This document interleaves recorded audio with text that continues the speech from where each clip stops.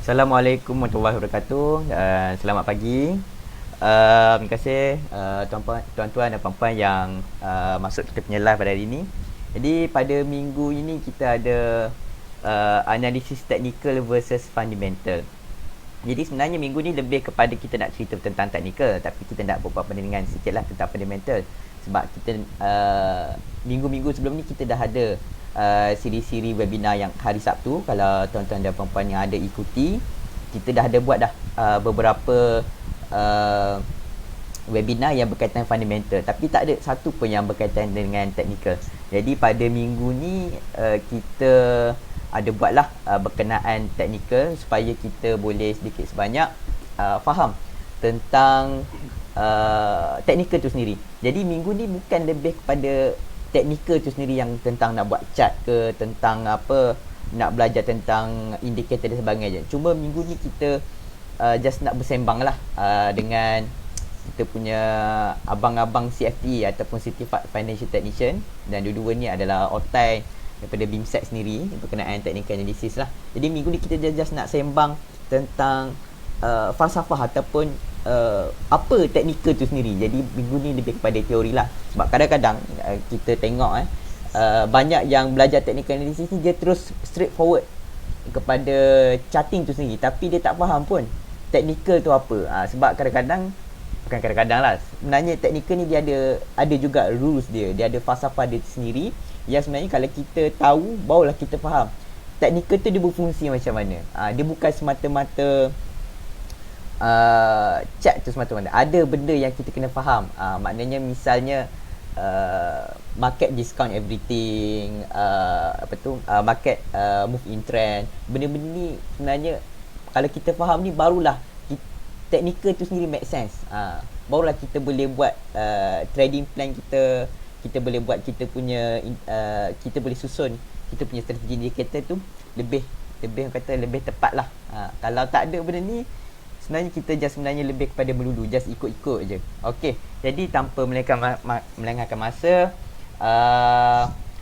kat sini kita ada dua lah sahabat saya. Yang di sebelah kiri ni saudara Syukri Sunan, dan di sebelah kanan ni adalah saudara Fazrin, yang merupakan, kalau tuan-tuan dan puan-puan merupakan klien ada technical analysis tu, inilah orang-orangnya yang membuat support resistance kepada BIMSEC trading signal. Okey, jadi tanpa melengahkan masa kita terus ke presentation. Apa yang kita boleh bincangkan tentang technical analysis pada hari ini.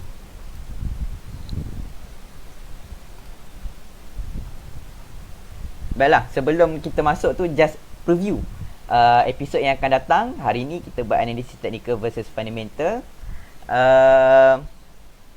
Kemudian minggu depan kita ada buat chart pattern, dan 28 Ogos kita ada indikator. Indikator apa sebenarnya yang kita nak baik untuk kita guna. Okey.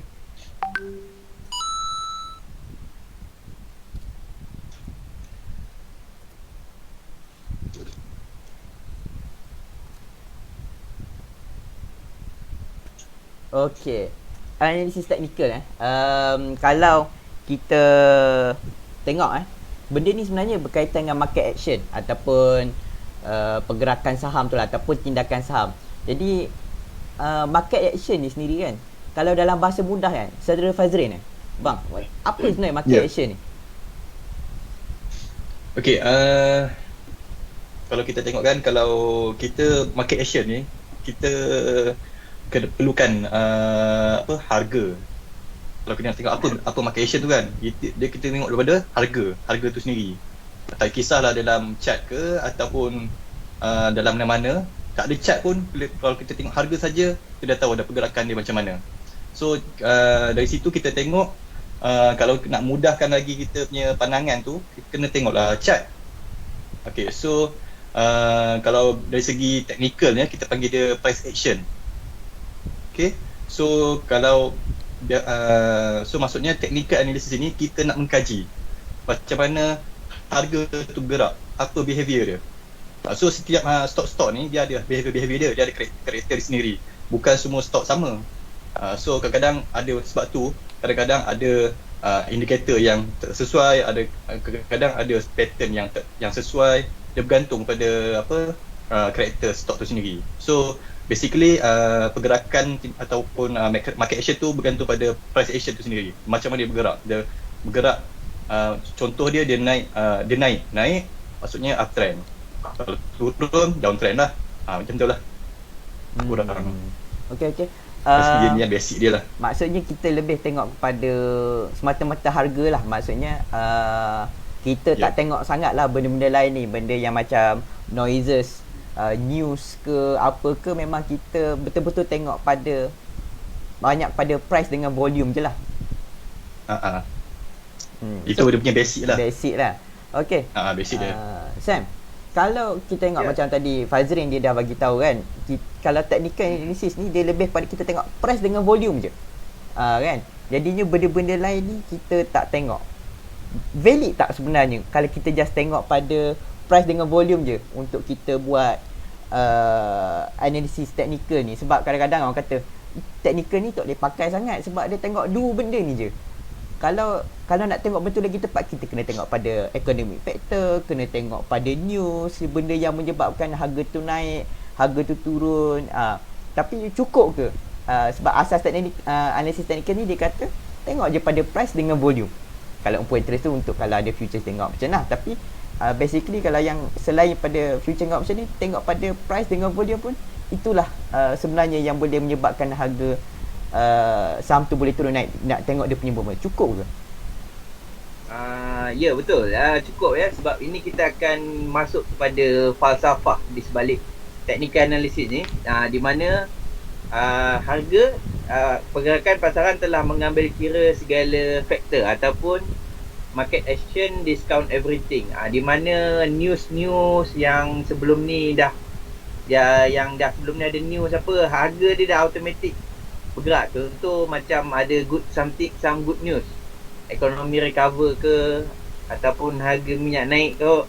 So sebelum kita tengok pada tarikh sekian, kita nampak ada pergerakan saham yang signifikan pada waktu news tu.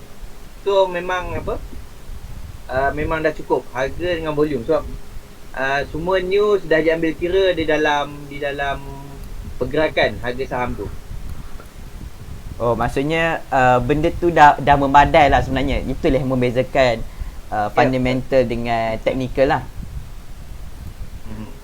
So even kalau fundamental, contoh company profit kan, company profit ke apa ke, semua dia dah ambil kira. Sebab kita pelabur yang kita dah tahu dia profit, kita yang akan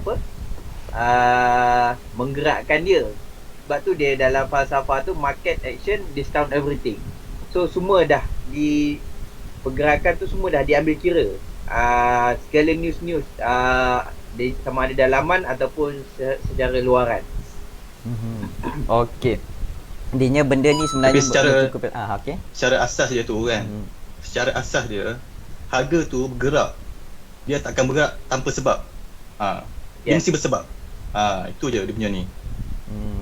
So maksudnya maksudnya benda tu bergerak ada sebab dia, tapi macam kalau kita balik pada macam falsafah di sebalik teknikal di sini, market discount everything. Maksudnya kita tahu benda tu bergerak disebabkan something, tetapi benda tu dah terus reflect dalam chart kan, betul tak? Jadinya kenapa kita nak nak check news tu satu-satu dan sebagainya, sebab bila ada news, ada something happen, economic factor dan sebagainya, dia directly reflected dalam chart. So kita bukannya tak akui yang news, economic factor, fundamental ni menyebabkan harga saham tu naik ataupun turun, tapi benda tu dah reflected directly dalam chart. Jadi kita anggap bila dia naik tu ada something happen lah. Betul tak? Sebab tu kan, bila kita tengok news kan, kita tengok news tu, kalau kalau secara live lah, kalau dalam news kan, akan biasanya dalam star ke mesti cakap stok ni naik berapa persen, disebabkan dia baru nak cari sebab apa. Sebenarnya price tu bergerak dulu baru dia cari sebab apa. Sebab tu kita kena cepat kalau kita nak, katalah kita nak kejar ke apa kan, kita biasanya orang akan kejar apa sebab dia. Ada orang cari lah. Lambat. Okey. Okay lah, itu kalau kita tengok daripada news apa semua kan. Sebab kadang-kadang kan kita tengok market ni dia anticipate sebelum news lagi. Jadinya benda tu dah reflect dalam chart dulu. Tapi kalau kita nak tunggu news, maksudnya kita just buy on news lah. Tapi benda dah naik dulu. Lah. Dah lambat lah. Kita dah terlambat, betul tak? Dah lambat. Itu yang tertinggal train tu. Itu yang beli kat pucuk tu. Okey. Lepas tu nombor 2 kita tengok falsafah di sebalik technical analysis tu. Harga bergerak dalam trend ni. So, Fazrin, apa maksud trend ni? Adakah macam kita tengok dulu famous je Malaysia punya market ni macam trend kangaroo. Wujud tak trend kangaroo? Ataupun sebenarnya trend tu apa yang kita kata bergerak dalam trend tu? Dia okey.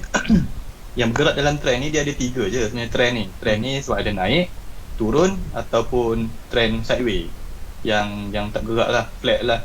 3 ni je trend dia. So biasanya kalau kita nak tengok trend tu, kita ada apa, gantung kepada pergerakan harga dalam chart lah. Biasanya kita akan tengok dia punya pattern tu. Yang pattern naik turun kan. Kalau dia menaik, biasanya kalau market naik cantik dalam 45 degree. Kalau turun samalah. Kalau dia turun 45 degree, maksudnya market dah confirm turun. Ataupun kalau market sideways, dia ada dia punya resistance support dia kat situ je bergerak. Tak bergerak. So kita boleh tengok daripada situ lah. Itu kalau kita nak tengok trend ni pula, certain orang dia ada dia punya time frame dia. Ada yang long term, ada yang short term. So bergantung trend macam mana. Macam kadang-kadang kalau long term upside, dia punya long term dia naik, kalau short term dia turun. Dia tengok gantung juga punya tu. Macam mana dia nak interpret benda tu. Sam. So kalau macam Fazrin kata kita ada dua, uptrend, sideways dengan downtrend kan. So biasa kalau kita ni, kalau yang tak main short ni, bila downtrend tu tak ada buat duit lah. Sebab kita long je kan, kita tak short. Tapi maknanya kita tahulah normally kita bila uptrend boleh buat duit. Tapi kalau time sideways tu boleh profit tak? Dia depend pada trader tu ataupun investor tu sendiri, trader lah. Sebab short term kan. So dia kena pandai, kena tahu macam mana nak, waktu bila sesuai nak beli, bila masa sideways tu. Contoh dia, kalau sideways dia selalunya trader ni akan dicari buy dekat support, dan bila dah sampai resistance dia akan jual. Kalau untuk sideways punya trend, macam tu lah yang trader akan buat. Sebab dia tak ada hala tuju yang clear, sama ada nak atas ataupun ke bawah. So just boleh buat bila dia dah nampak ada trend sideways tu, just boleh beli kat support, dan bila dah hit target, dia jual. Lepas tu tunggu balik. So kalau maksudnya kadang-kadang tu kan, bila sideways tu dia punya bid tu kecil-kecil kan. So yes, kan? Kecil-kecil lah. Jadinya kita kena modal besar lah kalau macam tu. Kalau untuk yang bid kecil-kecil ni. Sebab mungkin kalau nak ambil 3-4 bid pun modal kena besar lah. Sebab kita ada cost apa semua untuk kita dapatkan keuntungan tu. Okay. So tadi kita dah bincang dua kan, falsafah daripada technical. First, market dah discount everything. Lepas tu market ni, price ni dia bergerak dalam trend. Okay, yang ketiga ni, sejarah sentiasa berulang kan. Macam lagu lah. Cuma Fazrin, kalau sejarah tu sentiasa berulang, maksudnya benda tu sentiasa kadang-kadang berlaku kan. Kenapa masih lagi ada trader yang tersungkur walaupun benda tu sentiasa berulang? Dia bergantung juga time cycle tu. Cycle tu bila? Sebab dia kalau sejarah akan berulang ni, maksudnya dia ikut cycle dia. Dan mula dia ada cycle, dia naik, dia turun kan. So kadang tengok kita tak boleh jangka time yang tepat. Kadang-kadang dia mungkin ada setahun, dia akan ulang balik, mungkin ada 6 bulan, mungkin ada sebulan. So orang tak boleh nak nak analyse timing tu. So sebab tu kadang-kadang kita bila nampak ada signal sikit je, kita ingat dia dah start untuk naik, tapi belum lagi. So kadang sebab tu lah dia punya ni, mungkin dia kadang dia stock tu, price tu dia buat false signal. Rasa macam-macam tu yang buat orang tersalah entry lah. Maksudnya kalau kita tengok, maksudnya kalau kita tengok balik chart ni, sebenarnya kebanyakan benda tu cyclical kan, benda tu berulang. Cuma dia berulang tu bila dalam tempoh short term ke, mid term ke, long term ke. Cuma bila tu kita tak tahu. Yang tu lah biasa kita kata tersungkur tu lah, maknanya tersilap membaca cycle. Tapi walau macam mana pun teknikal ni kan kita kata seni kan, in the eyes of beholder.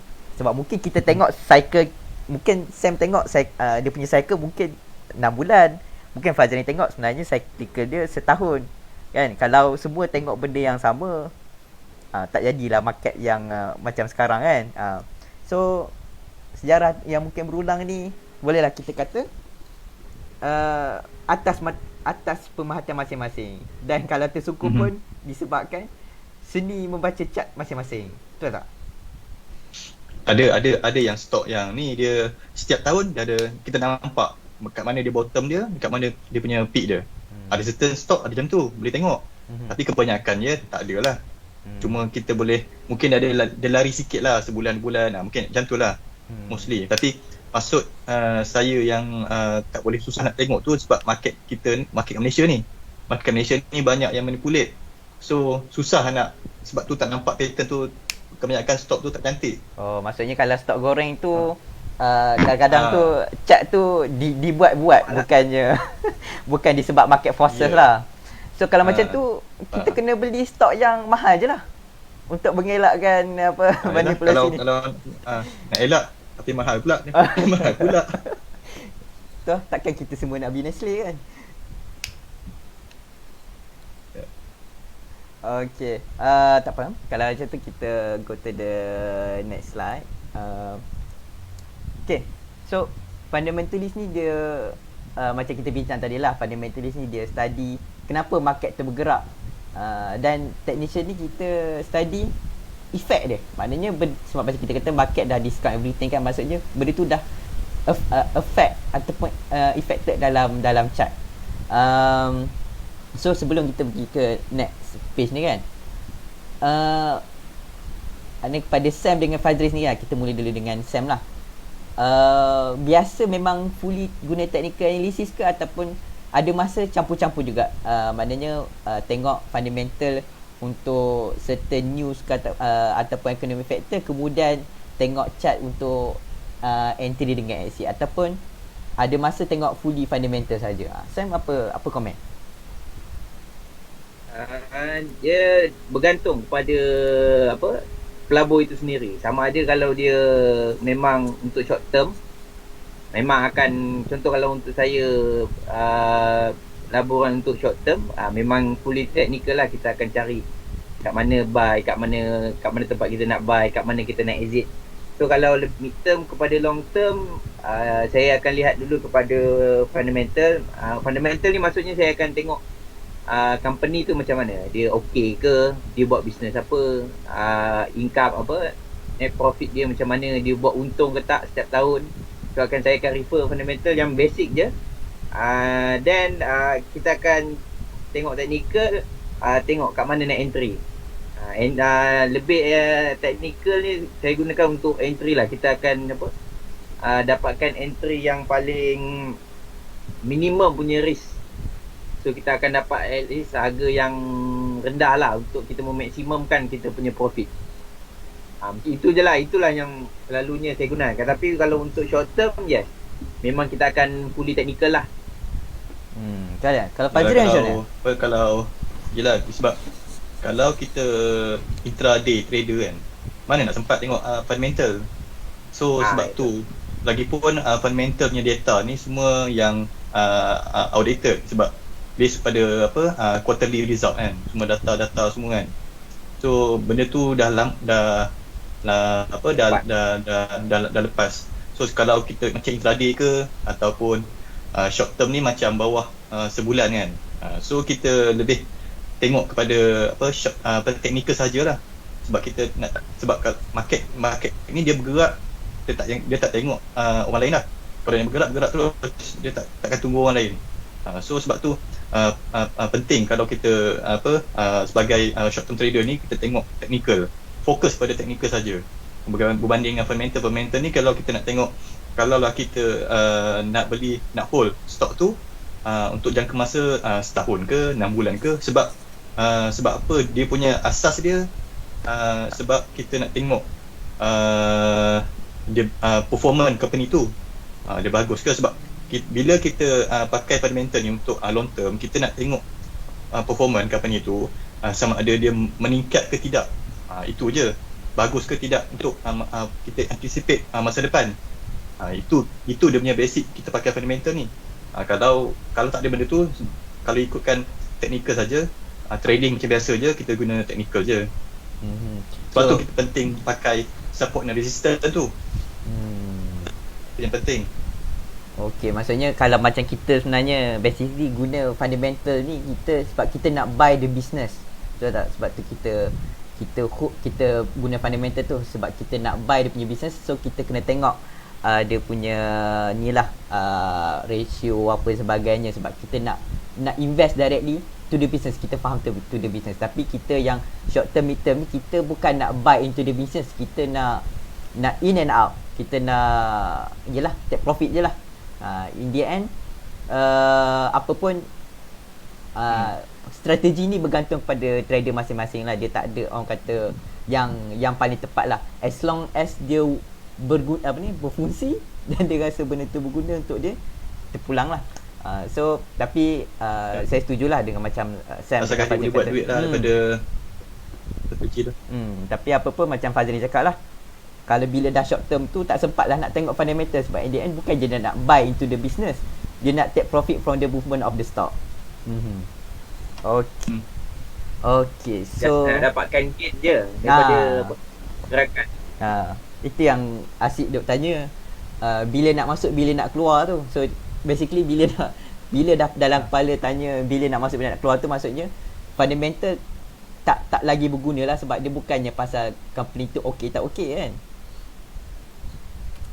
Okay, so ni kita just bincang sikit sebanyak lah kan. Sama ada harga tu dah bergerak ke belum ke. Itulah. Okay, so kita tengok perbezaan antara fundamental dengan technical lah. Sebenarnya banyak dah yang kita bincangkan tadi kan. Mungkin kita bagi Sam, apa komen sikit, mana secara peribadi bagi Sam, apa yang betul-betul berbeza antara fundamental dengan technical ni? Perbezaan yang fundamental dengan technical. Maknanya secara peribadi apa yang paling ketara lah yang kita boleh take up daripada ni lah, secara peribadi lah. List yang kita ada ni adalah cuma secara peribadi lah. Bagi Sam rasa macam mana?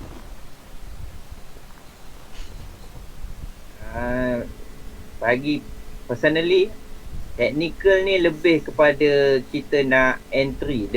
Untuk kita dapatkan the best entry, kita nak kita kena ingat, kita nak dapatkan trading ni, terutama short term, kita nak dapatkan gain daripada urusan beli dan jual tu. So technical ni kita boleh dapatkan the best entry lah. Maksudnya kita dapatkan minimum kan kita punya risk, dan kita dapatkan maksimum kan kita punya profit. Berbeza dengan fundamental. Fundamental apa yang kita beli untuk jangka masa yang lebih panjang lah. Kita nak tengok company tu kan. So technical ni dia lebih ke entry point. Kita nak dapatkan minimum kan kita punya risk dan memaksimumkan kita punya profit. Itu secara peribadi yang nampak pada technical analysis dan fundamental analysis lah. Okay, kalau Fazrin macam mana? Yang paling ketara yang sebenarnya, paling ketara antara fundamental dengan technical?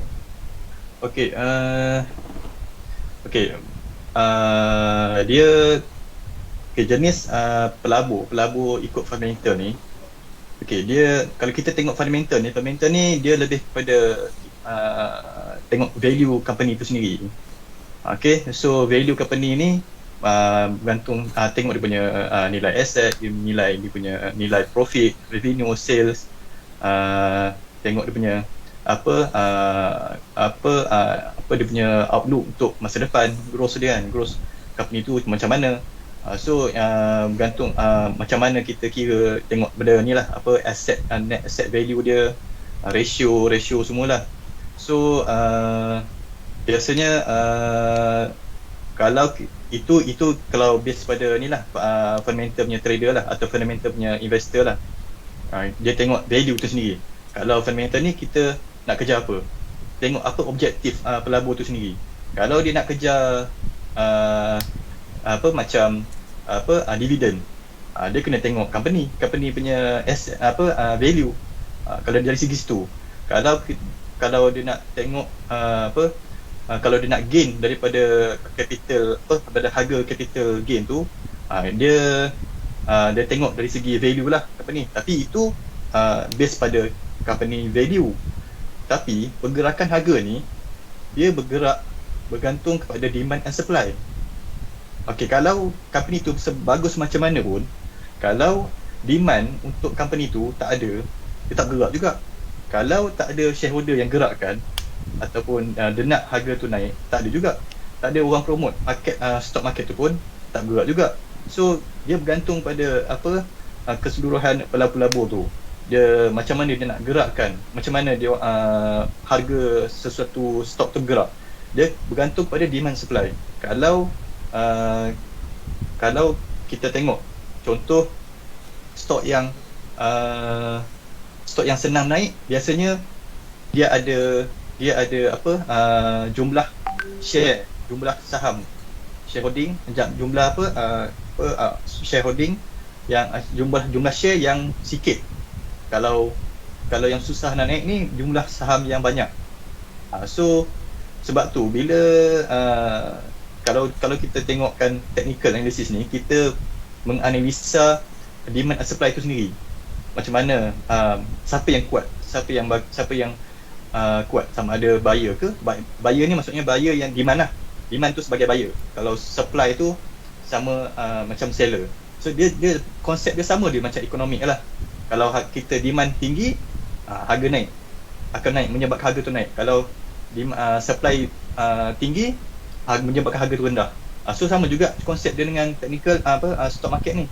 Kalau buyer sebagai demand tinggi kan, so dia akan menyebabkan harga tu naik. Sebab buyer ni akan push ataupun dia akan ambil harga yang lebih tinggi untuk dapatkan saham tu tersebut. Kalau sama juga kalau seller besar. Sebab tu penting kalau kita dalam stock market ni, kita tengok technical ni, kena faham apa sebenarnya kita nak, apa objektifnya. Kalau kita nak tengok technical ni, sebenarnya kita nak tengok demand and supply tu sendiri. Analisis, kita analyse demand supply, itu yang dia punya core untuk technical analysis ni. Itu objektif dia sebenarnya. Kita nak analisa demand dan supply tu sendiri. Sebab tu kalau kita nak tengok technical analysis ni, biasanya bila kita analyse demand dan supply tu, kita nak tengok dia, katalah harga dia naik. So bila dia nampak macam dia nak naik, orang akan refer balik kenapa dia naik. Sebab tu kita akan berbalik pada fundamental. Mungkin sebab ada news ke, ada projek ke, mungkin ada sentimen-sentimen yang baru nak keluar ke. Itu dia punya ni lah, relation ni, dia punya kaitan dia, technical dan fundamental tu. Tapi kalau kita nak tengok, kalau macam short term ni, kita tengok saja demand supply dia. Kita nak analyse demand supply, mana yang kuat. Kalau kuat, kita beli. Kalau kuat dia naik, kita beli. Kalau kuat turun, kita jual. Macam tu lah basic lah dia punya secara seperti bahasa pasar lah, itu lah. So maksudnya kalau fundamental ni, kita tengok kalau ada demand tu disebabkan how good the company is. So kalau macam technical ni, sebab dia purely demand and supply. So kalau benda tu business is very good, benda tu dah reflected dalam chart. So benda tu yang drive demand. So benda tu yang force market untuk naik. So benda ni kadang-kadang tu adalah dia punya thin line tu dekat mana. Tapi at the end kedua-duanya nak beli disebabkan price tu boleh naik lah. Unless kalau dia sharp lah, dia nak market tu jatuh. Okay. So kita maksudnya itulah antara Sam tadi. Sam kata kita nak entry dengan exit. Kalau bagi Fazal ni dia lebih kepada fundamental ni technical ni daripada kita kajian tentang demand and supply in between buyer dengan seller. Okay. Next kita ni lah dalam analysis technical ni mungkin kalau tengok kat slide ni mungkin Sam boleh komen sikit tentang average ni. Boleh pakai ke tak boleh pakai sebab yang ni biasa yang kebiasaan digunakan.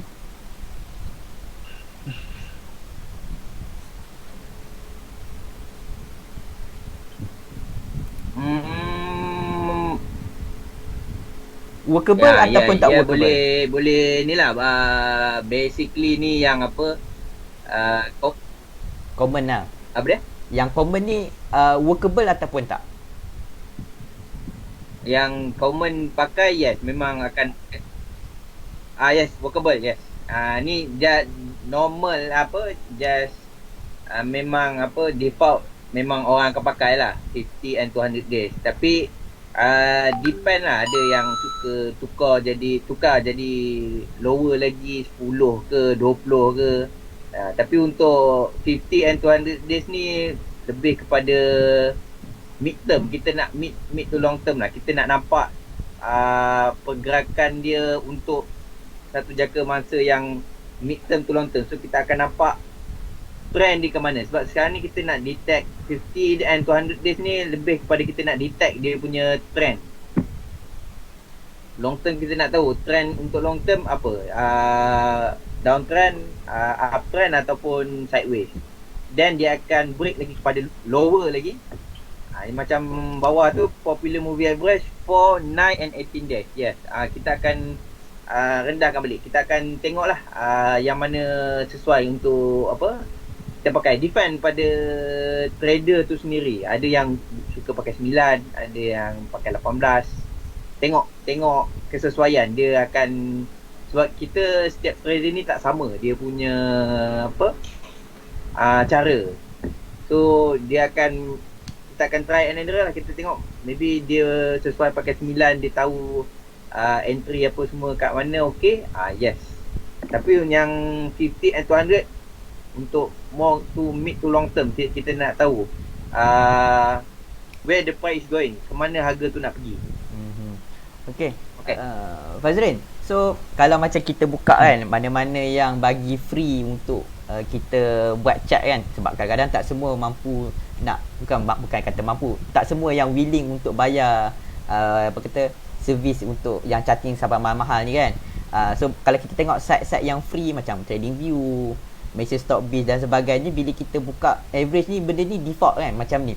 So kalau secara peribadi Fazrin tukar ke tak? Ataupun pakai je yang default macam ni? Okay, dia kalau macam saya, sebab saya dah biasa dah pakai kan, dah tahu yang mana yang ikut kriteria yang saya apa nak lah. Kalau biasanya saya tukar lah, ikut objektif saya nak macam mana, hari apa kan, berapa lama. So kalau basically kalau yang biasa yang tak biasa dengan technical ni, dia kena faham average price ni untuk apa sebenarnya. Macam 50 hari 200 hari memanglah short term, betul, short term untuk long term kan. 50 hari ni apa maksud dia, kena faham. 50 hari tu 50 hari trading day. Kita tengok harga average untuk 50 hari, maksudnya dalam lebih kurang quarterly. Okay, kalau kita nak guna quarterly ni, kita kena tengok cycle quarterly, market macam mana gerak dalam quarterly. So kalau kita punya time frame quarterly, kita kena tengok lah 50 days tu quarterly punya cycle sama je jam 200 ni kita boleh anggap dia setahun punya average. Kalau price tu dalam masa 200 hari, average dia dekat mana? Average ni yang penting sebab dia average harga tu kalau kat 200 hari ni, kita nak beli sama ada atas 200 ke atau bawah 200. Kita consider 200 ni setahun kan. So dalam masa setahun tu, harga sekarang ni berbanding dengan 200 hari tu, sama ada dia kat bawah ke atau kat atas. Kalau kat bawah, dia masih downtrend. Kalau kat atas, maksud dia uptrend. So bergantung pada individu pelabur tu sendiri. Kalau dia quarterly, dia akan pilih, dia make sure average 50 hari ni, harga sekarang ni lagi tinggi daripada, sebab tu kita nak beli tu, kita kena harga tu lagi tinggi daripada average ni. Lepas tu pula, kalau sama juga macam moving average ke 4 hari, 9 hari, 18 hari kan. Ini yang kalau yang seminggu, 2 minggu atau sebulan, yang itulah ikut time frame tu. Biasanya ikut individu sendiri, macam mana dia punya. Biasanya kita tak boleh, kalau orang yang baru terus kita nak cakap kita nak jadi short term lah, tak boleh juga. Sebab dia bergantung, dia kena tengok juga dia punya modal, dia punya masa, banyak faktor yang dia kena tengok. Dia kena, sebab tu dalam technical ni kita tak boleh belajar saja terus straight, tak boleh. Kita kena ada practical dulu. Practical beberapa masa kita test dulu yang mana yang sesuai dengan kita, baru kita boleh ni trade dengan tenang lah. Maksudnya bagi Fazrin, average ni kita sebenarnya depends kepada kita berapa lama time frame kita nak hold. Maknanya in dengan out tu berapa lama. Baru kita, kalau kita contoh kita nak risk kita kata dalam in between 2 minggu, maksudnya barulah kita adjust average tu kat mana. Berbanding kita just guna by default macam yang sedia ada tu. Yep, betul. Okay, kalau macam maknanya kat sini bagi Fazrin kita kena ni lah setting sendiri, bergantung kepada kita punya time frame bila kita nak in and out tu. Kalau pendek makin pendek lah, kalau panjang makin panjang lah. Maksudnya kalau yang nak guna lebih lama, kita lebih longer days lah. So macam bagi Sam pula, setakat ni dia kalau guna yang default pun workable. So yang ni terpulang lah pada tuan-tuan perempuan, macam mana nak guna kan. Sebab yang ni pun at the end of the day kena bergantung pada pengalaman sendiri mana satu yang workable. Sebab dua-dua pun tak ada masalah untuk digunakan. Okay, yang ni macam tadi kan kita dah cerita tentang technical punya basic, pasal long term, pasal mid term. Tapi kadang-kadang ada yang confuse, long term tu berapa lama, big term tu berapa lama. Ada yang kata bila kita kata short term tu, kadang short term tu mesti sehari intraday. Rupanya ada dia punya time frame dia, yang bila kita kata long term, mid term dengan short term. Dan juga kalau kita tengok kepada trend ni, macam ni lah, ada kalau primary berapa lama, secondary berapa lama, minor ni berapa lama kan. So Sam, untuk tengok trend ni berapa lama primary, secondary, minor ni, dia semata-mata teori ataupun sebenarnya bila kita nak buat plan tu berguna? Yes, dia masa kita nak buat plan tu memang bergunalah. Contoh kita tengok primary trend, kita tengok macam tulis tu setahun dan ke atas. So yes, primary trend ni kita nak tahu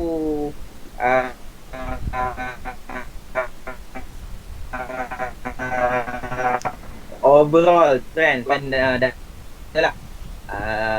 So kita akan tengok setahun dan ke atas macam mana, sama ada di dalam uptrend ataupun downtrend. So kita akan nampak pergerakan dia ke mana. Secondary pula, dia kalau tertulis situ tinggal ada pula price dia tak bergerak terus ke atas, dia akan bergerak zigzag, naik turun. So maybe untuk primary kita akan nampak dia pergerakan menaik. Maybe secondary dia tengah buat correction, dia tengah turun. Dan kita tengok minor kurang daripada seminggu. So untuk trader, yes, kita akan last kali kita akan tengok pada minor, kita akan nampak contoh secondary tengah buat downtrend, minor pun tengah downtrend. So maybe kita tak nak kita just boleh watchlist kan dulu apa saham ke ataupun instrumen tu, kan kita akan tunggu bila miner tu dah start buat uptrend. So kita primary ni kita akan tengok the bigger picture, kita nampak dia pergerakan dia. Secondary ni kita nak mengecilkan lagi, sebab kita kalau kita tengok primary je kita tak nampak yang bawah-bawah tu, yang kecil-kecil tu apa yang dia tengah buat. So, sebab macam saya cakap tadi, harga dia tak bergerak terus, dia tak bergerak terus naik, dia akan naik turun. So kita miner tu kita akan nampak yang last sekali, yang paling kecil, dia tengah nak buat sama ada dia tengah nak uptrend ataupun tengah menurun ataupun sideways. Dari situ kita akan buat keputusan lah. Depend pada pelabur tu masing-masing, macam mana dia melihat market tu. Okay, itu kalau kita tengok pasal apa, 3 trend asas lah, primary, secondary, minor. Yang ni penting lah bagi Sam untuk dia kata kita nak mengurus kita punya plan dan mengurus kita punya risiko. Fazrin, bang, macam tadi trend, lepas tu kita ada 3 fasa: accumulation, public participation dan distribution. Yang ni kadang-kadang kita boleh tengok daripada volume kan, tapi yang paling penting, macam mana kita nak mengelakkan daripada kita tersangkut beli masa distribution. Ni just apa pengurusan risiko yang kita boleh ambil. Okay, biasanya kalau setiap pergerakan tu kita, kalau macam accumulation, public participation dengan distribution ni, biasanya kalau kita nak dapatkan distribution tu memang susah nak dapat accurate. Contoh macam stok-stok yang sekarang ni naik banyak, macam apa, Genetec, pasal bila distribution dia kan. So untuk sebab tu kita kalau nak dapatkan sebab tu kalau biasanya kalau nak kira dia punya level-level ni, fasa-fasa ni, kita kena guna macam elliott wave kan. Elliott wave ada punya wave 1, wave 2, wave 3, wave 4, wave 5 kan. Macam tu kita boleh senang lah kita nak cari distribution tu. Kalau kita nak kira, kalau biasanya orang yang pandai elliott wave lah, nak tahu kira dia punya bila fasa tu. Tapi biasanya kalau orang yang normal ni, kita akan gunakan contoh moving average kan. Moving average tu kalau katalah 250, so kalau dia dah break bawah moving average 50, so dah kira consider distribution. So kalau kita nak tahu, biasanya lah generally kalau kita nak tahu distribution ni, dia mesti break support. Kalau dia break support tu kita kira distribution lah. Tapi tengoklah time frame dia. Biasa kalau generally kalau kita nak tengok, kalau kita nak tahu lah, kalau nak tahu macam mana time tu dah distribution, dia break support, sama support dekat moving average ke, ataupun support dekat apa, level-level support pattern ke, macam break triangle pattern ke. So dari situ kita tengok signal untuk distribution tu. Okay, lepas tu okey lah, balik pada yang tadi tu pasal distribution tu. So macam ada yang dia sibuk kan, dia tengok kat mana dia kaji volume dengan price tu kat mana fasa-fasa ni kan. Instead of buat macam ni, ataupun better kita just follow je trading plan. Bila kita nak out, bila mana cukup je kita punya margin untung tu, lepas tu kita out. Ataupun better kita contohlah, sebab kadang-kadang kita dah set dah, okay, sampai resistance first ni kita dah nak, sepatutnya kita dah jual dah, tapi kata belum sampai masa mana accumulation ni dia rasa belum habis lagi ni, dia nak ride dulu.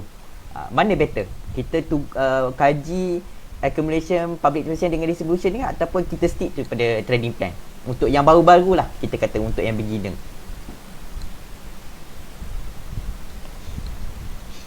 Okay, biasanya kalau kita nak tengok kita kena, kalau nak trade ni kita kena ada, first memang ada strategi lah. Mesti ada trading plan tu, mesti ada apa kita nak buat kalau dia break, apa kalau kita nak, apa kita perlu buat bila kita punya kita analisa tu betul, apa kita perlu buat analisa tu kalau salah. Apa kita kena buat bila dia break ataupun bila dia dia break dia break atas atau break ke bawah lah. So basically kita kena follow kita punya strategi first. Kalau itu yang penting, kena follow strategi. Kalau kena cut loss, cut loss. Kalau kita dah tetapkan strategi tu take profit. Melainkan kalau kita ada long term time frame. So contoh long term time frame tapi kita trade kita ada long term time frame tapi kita beli tu ikut short term, macam dalam sebulan kita beli kan. So once dia break dia beli. So selagi dia tak break support dia punya plan dia, kalau selagi tak break dia punya support ke bawah, dia stay. So maksudnya dia still kena ikut follow trend lah, kena follow plan lah. Tapi kalau dia dah dia punya plan tu, dia punya dah salah, dia punya analisa tu dah salah. So dia, kalau kena cut loss tu kena cut loss lah. Yang penting memang kena ikut plan. Kalau tak ikut, tu yang jadi tu, bila beli jadi bila turun salah analisa, kita dah jadi harapan analisa harapan pula. So harap dia naik. Itu yang biasanya orang akan buat. Itu normally kebanyakan akan buat macam tu. Sebab tu penting kita praktis praktis kita punya strategi tu. Kita biasakan kena cut loss. Memang bila cut loss tu kita rasa macam tak puas hati lah. Tak puas hati. Tapi follow je. Selagi sebab kita bila ada strategi tu, kita kena, dia yang penting ni bila trade ni, kita bukannya nak tengok kita punya analisa, ketepatan analisa tu. Kita nak tengok kita punya management tu, strategi tu. Manage kita punya trading tu macam mana. Kalau kita tak follow kita punya strategi, so kita tak follow, kita tak manageable lah. Susah nak manage lah kita punya ni trading tu. Okey, maksudnya yang penting kita sebenarnya basically disiplin lah, baru kita boleh mengurus kita punya risiko. So maksudnya elakkanlah daripada buat hope analysis. Yep. Tapi banyak yang bergantung yang bila dia dah tersangkut tu, dia mengharapkan kepada hope analysis tu, maknanya insya-Allah naik nanti tu walaupun tak ada basis kan. Jadinya biasanya yang macam ni yang at the end lama tersangkut. Okey. Apa tu? Ya, contoh dia macam stok Contoh macam stok AT. Stok AT kan. Tahun lepas macam-macam sentimen lah. Sentimen katakan, yelah memanglah dia banyak ada ni, dia ada projek-projek semua kan, buka kilang kan. So nampak harga tu naik tinggi secara cepat kan. Jadi bila dia orang nampak ada sentimen tu bullish kan, sentimen tu, so orang akan follow. Nampak cantik kan. Tapi bila dah pada satu tahap tu harga tu jatuh balik dan nampak macam dah keluar signal sell, so orang still dia tak nak follow lah dia punya strategi. So orang akan mengharapkan sentimen yang akan menggerakkan balik harga-harga tu. Macam sebelum ni ada orang kata harga AT ni akan naik 50 sen. So nampak sekarang ni, nampak gaya ni susah lah, sebab dah ke bawah lagi. Lagipun dia punya share pun dah makin banyak kan. So susah. So yang penting tak kisahlah sentimen tu positif macam mana pun, bullish macam mana pun, kita kena follow juga trading plan tu. So maksudnya banyak yang mula-mula masuk sebab ada signal, tapi bila ada signal suruh keluar, dia tak ikut dah signal keluar tu. Dia ikut pada ikut sentimen pula. Saya macam mana? Apa komen? Ya, betul.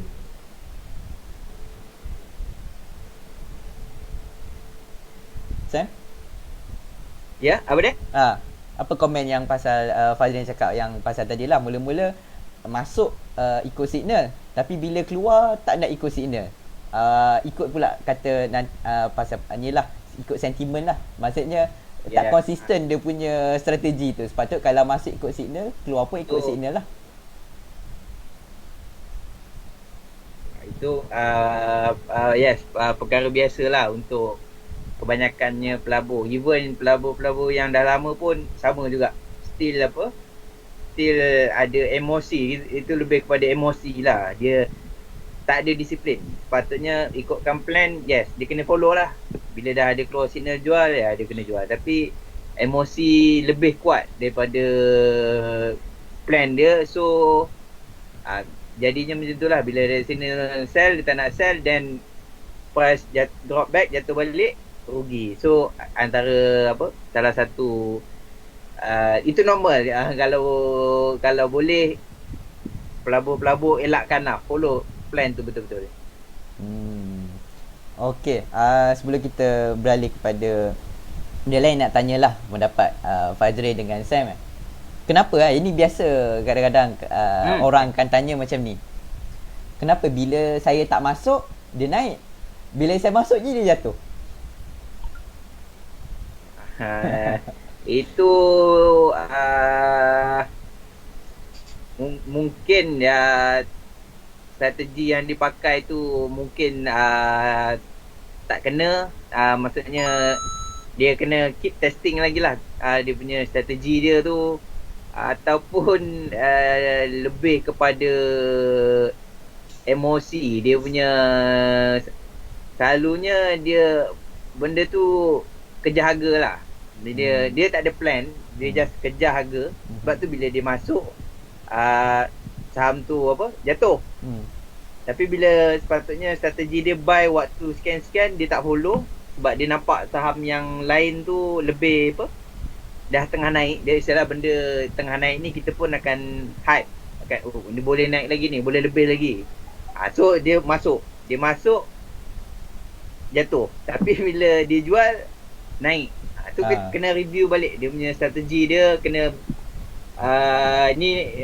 untuk yang baru kena tengok balik strategi tu. Bila nak pakai, dia kena back test, kena tengok balik ke belakang-belakang, boleh guna ke tak. So mengelakkan bila dia beli je jatuh, bila dia jual je naik.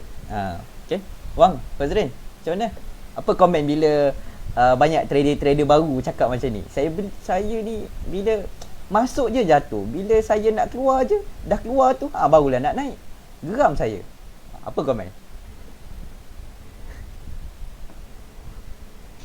Okay, ya biasanya orang yang kena macam ni dia tak ada plan sebenarnya. Dia tak ada strategi. Dia itu je, sebab dia tak ada strategi. So bila kita buka platform tu, bila kita tak ada kita tak buat study kan stok-stok ni, so kita mengharapkan dia macam lebih pada gambling jugalah kan. Macam gambling juga bila kita tengok macam tu kan. Kalau kita tak faham, kita masih tak faham lagi stok ni bergerak macam mana. Tapi bila kita platform, kita tengok most active, yang mana yang naik tu ini kot boleh naik, so kita beli. So biasanya orang macam pelabur-pelabur macam ni, kita sebab dia tak ada strategi plan yang dia ada untuk prepare. So bila terkena, walaupun kita ada strategi pun boleh juga kita beli dekat salah beli, boleh jadi. Cuma kita kena ada plan. Apa jadi kalau salah? Kan, kalau salah kita punya entry tu salah, apa kena buat? Kita kena cut loss terus ke, ataupun kita kena analisa balik dia dekat mana, sejauh mana dia boleh turun, ataupun bergantung pada time frame kita boleh hold lagi ke, ataupun kita nak jual cut loss, lepas tu kita cari stok lain. So banyak faktor, banyak cara untuk kita manage benda tu. Macam mana kita nak uruskan kalau betul kita punya analisa, kalau salah, bergantunglah pada biasanya orang yang kena kat pucuk ni, inilah dia tak ada plan, dia cuma ikut-ikut je dalam pasaran tu. Maksudnya ataupun orang orang suruh beli. Dia pun ikut beli. Mas- Normally biasanya itulah untuk buat pelaburan dalam saham ni, kita tak boleh ambil idea tu, stock idea tu daripada orang lain. Sebenarnya tak boleh. Sebab apa? Orang lain punya analisa lain, dia punya pandangan lain, dia punya analis lain, dia punya time frame lain, dia punya modal lain, dia punya risiko. Kita ni dalam modal kecil, lepas tu risiko pun takut nak ambil, lepas tu time frame kecil. So pemilihan saham tu bergantung pada analisa masing-masing. So kalau kita nak follow kita apa yang kita nak, follow apa kita punya objektif, so kita kena buat analisa sendiri. Sebab tu yang pentingnya kita kena buat study dulu sebelum kita nak beli. Bukannya maksudnya kita study dulu stok-stok apa yang rasanya kriteria yang boleh masuk kena dengan kita punya strategi, kita masukkan dalam watchlist. Bila dah ada close signal tu baru kita beli. Itu macam tu lah, strategi macam tu lah, plan ikut plan. Ini tak ada watchlist, tak ada stok apa yang kita kenal, dan kita tengok dekat most aktif yang mana yang naik, so ini boleh naik juga, boleh naik. So kira macam lebih kepada gambling juga. So maksudnya kita kena based on kita punya signal dengan plan lah, jangan ride on hype lah. Tapi yang ni kebanyakannya ikut hype lah, buka apa ni lah, forum sana forum sini, Telegram apa semua, main follow je. Tapi orang tu kadang-kadang dia bagi Telegram lagi banyak daripada trading plan. Itulah, ikut je signal orang. Tapi dia tak buka sendiri tengok chart dia kan, mana yang betul bila nak in and out. Main ikut je. Silap-silap dia bagi signal, dia nak jual dah. Kita tolong ride je untuk dia. Okay. So dalam banyak-banyak chart kan, ataupun ada yang line lah dan sebagainya kan. Kenapa candlestick ni yang kata paling signifikan untuk kita guna ataupun paling banyak orang guna? Apa komen Sam?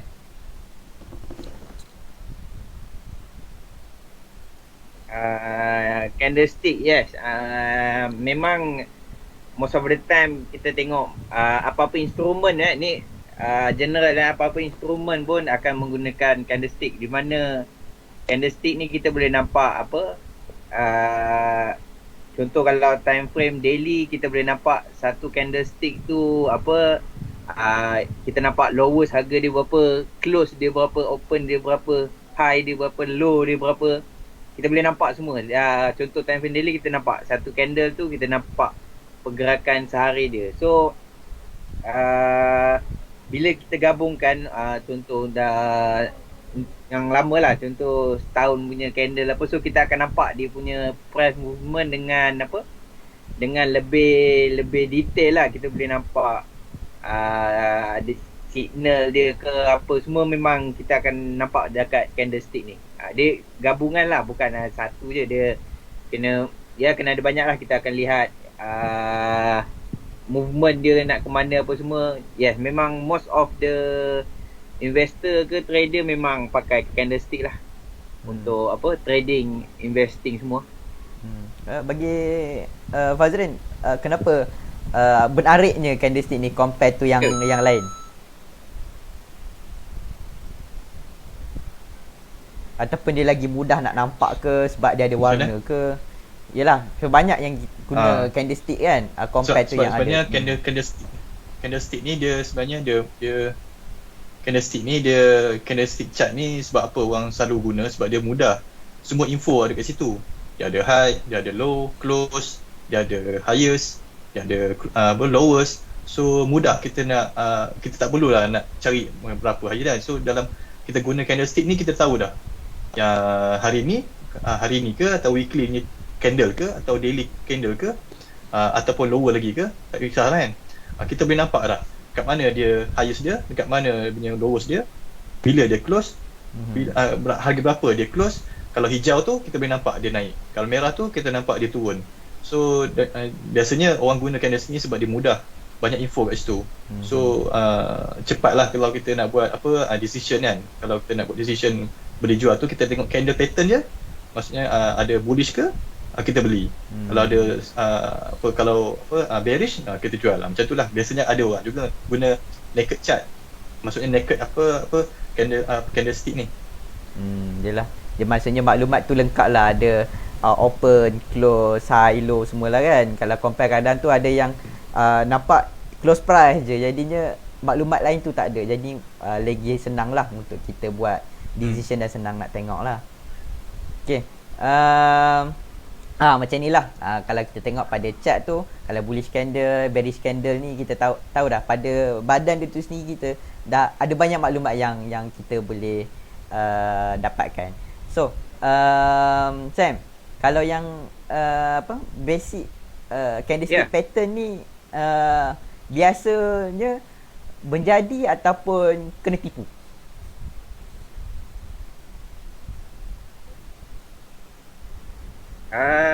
Sorry, apa soalannya, biasa apa? Biasa tak 5 candlestick ni yang basic pattern ni kan, yang bullish engulfing, rising sun ni kan, yang ada 5 ni, biasanya menjadi ataupun biasa kena tipu? Okay. Berdasarkan pengalaman peribadi.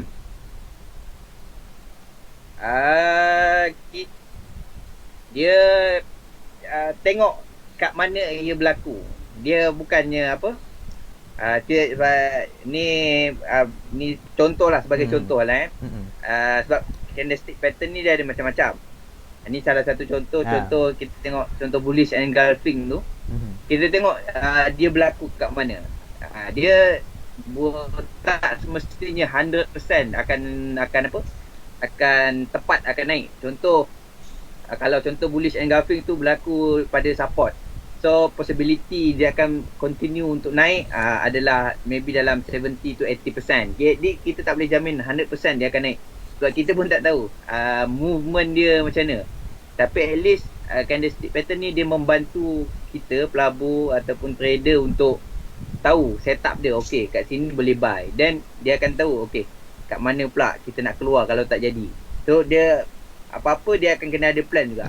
Yang contoh bullish engulfing, harami, so lebih kita akan tengok lah, dia tak adalah 100% tepat, tapi 70 to 80% and depend dia berlaku kat mana. So contoh tiba-tiba dia berlaku pada tengah-tengah, contoh price dengan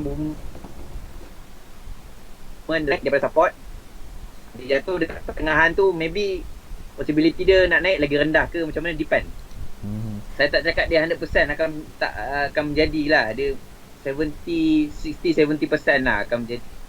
Tapi sebab trading ni lebih kepada probabilities lah. So tak ada yang accurate 100% akan jadi. So kita buat sebagai reference boleh lah untuk forecast. Just reference lah. Yes. Okay, Fazrin, so kalau macam kadang-kadang candle ni, kalau stok kecil-kecil dah kan, operate banyak lah syndicate ke apa boleh buat candle tu jadi macam tu untuk kata manipulate pelabur-pelabur retail ni kan. Jadi ada tips tak macam mana kita nak tahu dia jadi sebabkan purely demand and supply, bukannya sebab ada manipulatif, sebab benda ni real lah kan. So mungkin ada tips ke, ataupun benda ni tak ada, memang nasib lah kalau terkena sama ada benda tu disebabkan real demand and supply, ataupun benda tu ada manipulative trader yang buat chart tu jadi macam tu.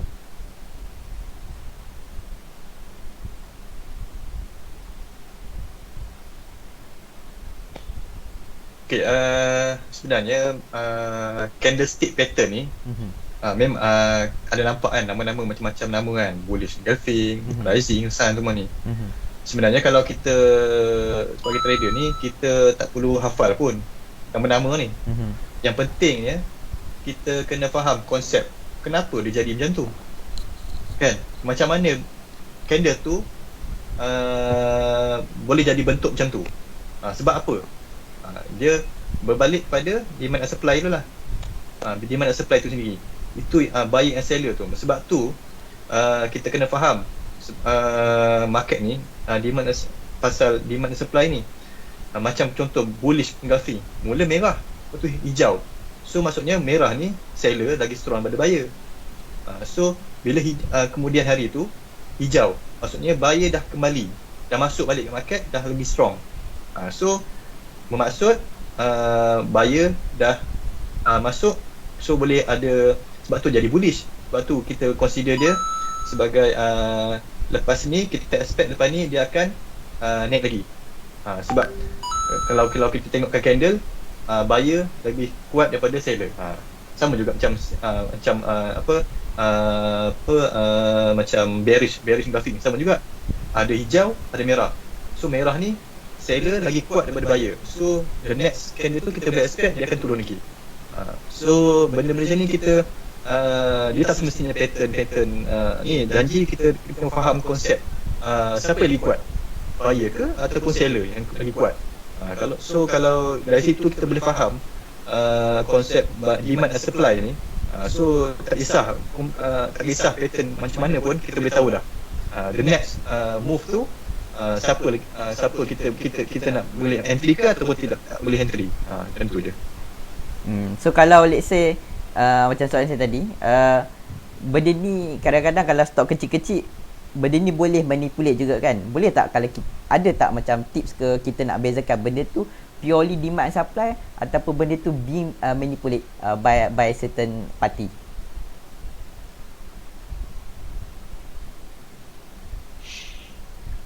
So stok kecil-kecil ni biasanya most stok ni dia manipulate sebab dia harga murah. Satu harga murah. Yang kedua, kalau stok kecil, harga dia kecil, lepas tu jumlah saham dia rendah, dia lagi mudah lah naik. Melainkan kalau harga dia melainkan jumlah saham dia banyak. Maksudnya banyak ni lebih daripada 1 bilion. 1 bilion tu consider banyak lah. Macam mana? Sebab apa? Kalau nak push market katalah 10 sen kan,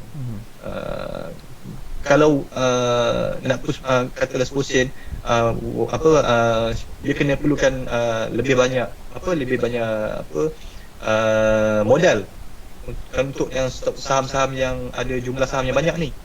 Melainkan kalau yang saham-saham yang jumlah dia sikit, harga dia rendah, sebab tu dia orang mudah manipulate. Walaupun kita ada modal 1 juta pun kita boleh push market tu tinggi lebih daripada 20 sen, sebab tu boleh sampai limit up semua. Sebab dia dia hanya perlukan modal sikit je untuk push market. So sebab tu saham-saham yang biasanya kalau yang murah ni, yang susah nak naik ni, dia biasanya akan ada jumlah saham yang banyak, macam lebih daripada 3 bilion dan 4 bilion kan. So lagi satu pula, bila jumlah saham yang banyak, lepas tu dia punya company pun tak buat duit, tak buat profit, so susah lah nak naik. Tapi kalau kita nak tahu stok ni dia lebih pada spekulatif, macam tu lah, dia kadang-kadang dia ada sebab untuk naik. Kita kena check balik sebab apa dia kena naik. Dia ada sebab tu dia ada sentimen yang positif ke, dia ada projek ke. So sebab tu kalau sebelum-sebelum ni, macam tahun lepas, banyak stok-stok yang bullish kan, stok-stok kecil-kecil ni yang banyak naik. Sebab kebanyakan stok-stok ni jumlah saham dia bawah 1 bilion. Lepas bila bawah 1 bilion, mudahlah dia nak ni push. Sebab time tu pula sentimen market pun bullish. So dia orang ambil kesempatan lah. Biasanya manipulator ni akan ambil kesempatan waktu-waktu sentimen yang strong, bullish. Masa tu dia orang akan tolak tu, sebab tu dia akan tarik retail pelabur-pelabur yang lain untuk join, untuk masuk sekalian. Sebab tu mudah dia untuk push. Tapi sekarang kenapa susah nak naik? Sebab kebanyakan semuanya harga stok-stok yang dulunya sikit sekarang jadi banyak. Sebab apa? Banyak private placement tu. Private placement tu kan. Lepas dia orang buat private placement tu, harga jumlah saham semua dah jadi banyak. Sebab tu dia susah nak naik sekarang. Situ punca dia. Sebab tu dia orang pun spekulator ni pun dia orang ada strategi dia orang. Sebab tu kebanyakan stok-stok yang dulunya dia naik banyak, dia kecil ni, mesti buat private placement lah, bonus lah. Dia akan meningkatkan lagi jumlah saham. So akan menyusahkan lagi lah. Susahkan lagi apa saham tu untuk naik lah. Okay. Maksudnya kena beware lah kalau yang kecil-kecil ni kan. Either dia sama ada dia purely demand supply ataupun apa ada speculator di sebalik. Maknanya benda ni kita kena double check lah. Maknanya risk tu tetap ada, tapi how kita nak manage risk tu, kita kena tengok lah certain red flag tu supaya kita tak terkena. Okay, ini yang rasanya kita dah bincangkan tadi lah pasal uptrend, sideways dengan downtrend lah. Saya rasa benda ni given lah. Saya rasa daripada, kalau yang tak tahu pun benda ni basic lah, semua orang tahu. Dan yang ni pun sebenarnya kita dah bincangkan juga tadi pasal support dan juga resistance. Cuma ni adalah slide yang terakhir. Sebelum kita akhir ni, minta komen sikit lah daripada Sam lah. Kita mula dengan Sam dulu. Support dengan resistance ni kadang-kadang tu macam ni lah. Kita tengok yang ni, yang sample ni kan, ada beberapa dia punya, ada 1, 2, 3 resistance, ada 3 support. Resistance ni boleh tak kita nak buat sebagai kita punya TP? Ataupun kalau anda kata kita buat TP pun, resistance keberapa yang sesuai kita jadikan kita punya TP? Sebab kadang-kadang kita nak buat resistance yang first tu sebagai punya TP, kadang margin tu kecil sangat untuk buat untung. Ataupun macam mana? Mungkin saya boleh komen sikit.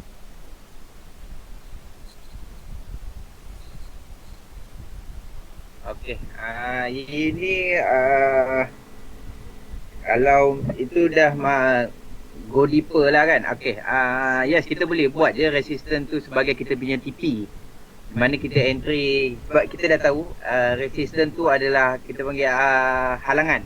Okey, support ni lantai support ni lantai, di mana harga tu dia bila dia cecah lantai, dia akan melantun balik. Dia akan naik balik lah. Dan resistance ni halangan ataupun ceiling. So bila dia harga tu dah start naik, dia dah kena ceiling tu, dia tak boleh nak naik lagi, dia akan jatuh. So kita dah tahu resistance tu sebagai apa, halangan. So kita boleh jadikan resistance tu sebagai TP, di mana kita dah beli, kita dah tengok ada setup kita apa semua kan, kita ada nampak halangan kat certain price tu. Okay, kita tahu dia dah sampai harga ni, dia kita jadikan dia sebagai apa, TP, take profit. So bila dah kena halangan, yes, kita akan jual. Itu juga sebabnya harga tu jatuh. Sebab orang dah nampak, most of the trader, investor dah nampak bila dah harga ceiling, harga dia akan jatuh balik. So bila orang jual, akan jatuh balik lah, dia akan jatuh lah harga tu. So sama juga ni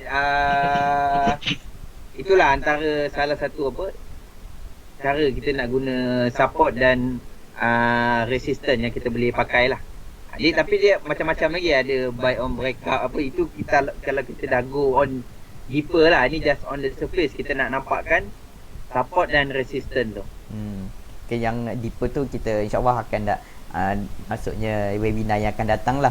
Mungkin just untuk support resistance ni, mungkin Fazrin ada sikit nak komen pada kita punya ni lah, tuan-tuan perempuan punya kita punya penonton ni.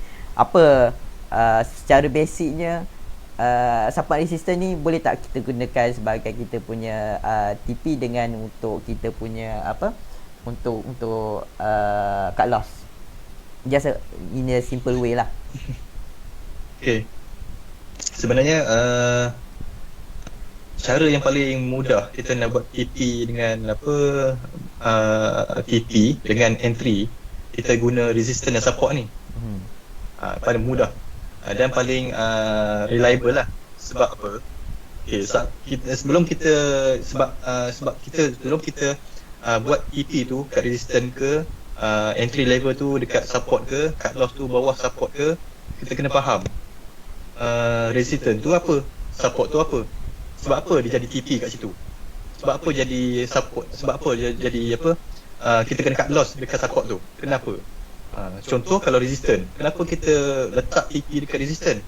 Sebab kat resistance ni maksudnya seller lagi besar daripada buyer. Maksudnya seller lagi besar daripada buyer. So possibility untuk dia lebih tinggi daripada resistance tu, susah. Melainkan kalau dia break up tu maknanya buyer dah masuk lah. Tapi kita sebelum kita sampai ke resistance tu, kita punya analisa ni, resistance tu tempat seller tengah tunggu untuk jual. So kat situ seller kuat. So kat situ sebab tu kita jadi TP. Biasanya kalau resistance ni, orang akan letak TP betul-betul dekat resistance tu. Tapi kadang-kadang harga tu tak sampai TP tu pun, dia bawah sikit 1 sen dia dah turun bawah tak.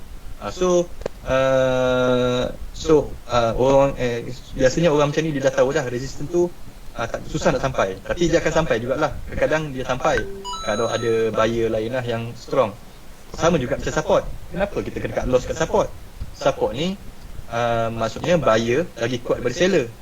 Bila support ni bila harga tu jatuh bawah support, maksudnya buyer dah tak kuat. So dia tak boleh support lagi dah untuk push harga tu naik ke atas. Sebab tu kita kena cut loss. Sebab tu kita kena cut loss kat support tu. Sebab buyer dah tak kuat. Kalau dia rebound balik pada support tu, maksudnya kita tak perlu cut loss lah. Kita boleh hold lagi lah. Sama macam resistance kalau dia break atas level resistance tu, so maksudnya buyer dah masuk buyer lagi kuat daripada seller dah. Sebab tu kita beli dekat, sebab tu kita panggil buy on breakout. Sebab buyer, kita follow, ada buyer masuk kita follow. Sebab tu kita kena tengok juga volume dengan price kan, break tu kan. Kalau volume tinggi, maksudnya kuat lah. Macam tu lah. Tapi resistance dan support ni benda yang paling penting. Sebab tu kita bagi support dengan resistance tu paling penting. Kita orang yang dalam trading ni, support resistance ni paling penting. Bukannya TP ke berapa, boleh naik ke tak boleh naik ke. Janji sekarang ni kalau sebagai pelabur ni, kita kena tahu level-level berapa yang kita sesuai nak masuk, berapa level-level berapa kita nak keluar, berapa kita nak cut loss. Itu paling penting. Kita nak masuk ni bukannya untuk beli company tu, kita nak buat profit, nak buat duit kan. So kita kan, itu plan support resistance yang paling penting sebenarnya. Okay. Maksudnya sebab tu kadang-kadang sebab tu technical analysis ni kita tak perlukan chart pun. Tak perlukan chart sebenarnya. Kita perlukan support resistance, kita dah tahu lah level mana. So kalau guna chart tu, kita boleh nampak lagi clear, dan kita boleh buat outlook untuk ke depan. Tapi kalau kita dah ada support resistance ni, so kita dah boleh ada plan lah apa yang kita nak buat. Okay. So maksudnya yang first kita kena tahulah support tu apa, resistance tu apa kan. Maknanya kita menanyalah benda ni macam berbalik juga pada demand and supply tadi, menyebabkan wujudnya support dan wujudnya resistance. Siapa, buyer kuat ke ataupun seller kuat? Kalau macam seller kuat tu yang ada resistance tu, harga boleh jatuh. Kalau support, buyer kuat lah sebab buyer yang support kan. So sebelum kita, dan kalau kita faham support resistance ni, barulah kita boleh plan TP ke kat mana nak cut loss dan sebagainya. So saya rasa dalam perbincangan kita yang kali ni, banyak dah benda basic-basic pasal technical analysis ni kita dah cover lah. Pasal prinsip-prinsip dia, falsafah dia tentang candlestick, support and resistance. So yang ni kali ni mungkin kita lebih kepada teori dan perbincangan antara kita. Dan insyaAllah untuk next punya webinar, kita akan lebih mendalam lah, macam kita tentang chart pattern kan. Dan adalah benda-benda lain macam mana, macam support resistance yang pun kita akan buat next week. Kita akan draw atas chart live untuk tuan-tuan dan puan-puan lah, sebagai panduan macam mana nak buat kan. Macam minggu ni kita just basic je tentang technical analysis. Dan apa pun saya mengucapkan terima kasih tuan-tuan dan puan-puan sebab sudi join kita punya live pada minggu ni. Dan insyaAllah kita berjumpa lagi minggu depan, sama juga dengan saudara Fazrin dan juga saudara Syukri dan juga saya untuk minggu depan. Dan itu saja, insyaAllah jumpa lagi. Assalamualaikum warahmatullahi wabarakatuh.